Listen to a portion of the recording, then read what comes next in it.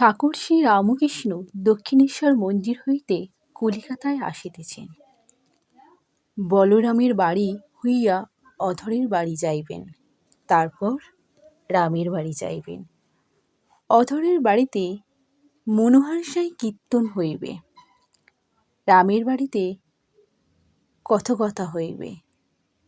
আজ শনিবার।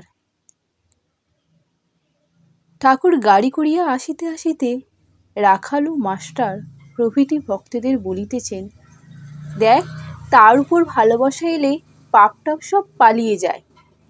সূর্যের তাপে যেমন মেঠো পুকুরের জল শুকিয়ে যায়, বিষয়ের উপর কামিনী কাঞ্চনের উপর ভালোবাসা থাকলে হয় না, সন্ন্যাস করলেও হয় না। যদি বিষয়াসক্তি থাকে, যেমন থুতু ফেলে আবার থুতু খাওয়া।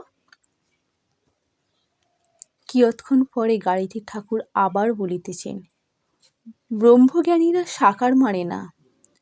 নরেন বলে পুত্তলিকা, আবার বলে উনি এখনো কালীঘরে যান। ঠাকুর বলরামের বাড়ি আসিয়াছেন। ঠাকুর হঠাৎ ভাবাবিষ্ট হইয়াছেন, বুঝি দেখিতেছেন ঈশ্বরই জীবজগৎ হইয়া রহিয়াছেন, ঈশ্বরই মানুষ হইয়া বেড়াইতেছেন। জগৎমাতাকে বলিতেছেন, মা, এ কি দেখাচ্ছ? থাম, আবার কত কি! রাখাল টাখালকে দিয়ে কি দেখাচ্ছ? রূপটুপ সব উড়ে গেল। তা মা, মানুষ তো কেবল খোলটা বই তো নয়, চৈতন্য তোমারই।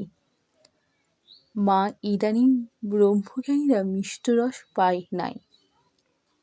চোখ শুকনো, মুখ শুকনো, প্রেমভক্তি না হলে কিছুই হলো না।